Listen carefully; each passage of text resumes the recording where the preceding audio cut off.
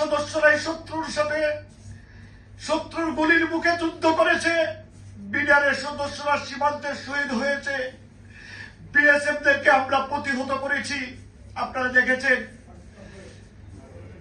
ইতিহাস, স্বাধীনতার পরবর্তী সময়ে বিডিআরের সাথে সম্মুখ যুদ্ধে কোনোদিন বিএসএফ আমাদের সাথে পারে নাই। তো আমাদের এই সুশৃঙ্খল বাহিনীকে ধ্বংস করা হয়েছে। আমরা যৌবনটা সীমান্তে বিলিয়ে দিয়েছি এদেশের মানুষের জন্য।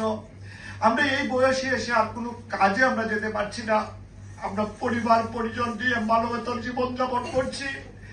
সন্তান যখন প্রশ্ন করে, বাবা তুমিও তো চাকরি করতে, আজকে কেন তোমার চাকরি নেই? আমরা কেউ তার প্রশ্নের জবাব দিতে পারি না। আমরা শুধু এতটুকু কথাই বলতে চাই, বিশ্ব মানবতার দূত, শান্তিতে নোবেল বিজয়ী ডক্টর ইউনূস সাহেব, আপনি মাননীয় প্রধান উপদেষ্টার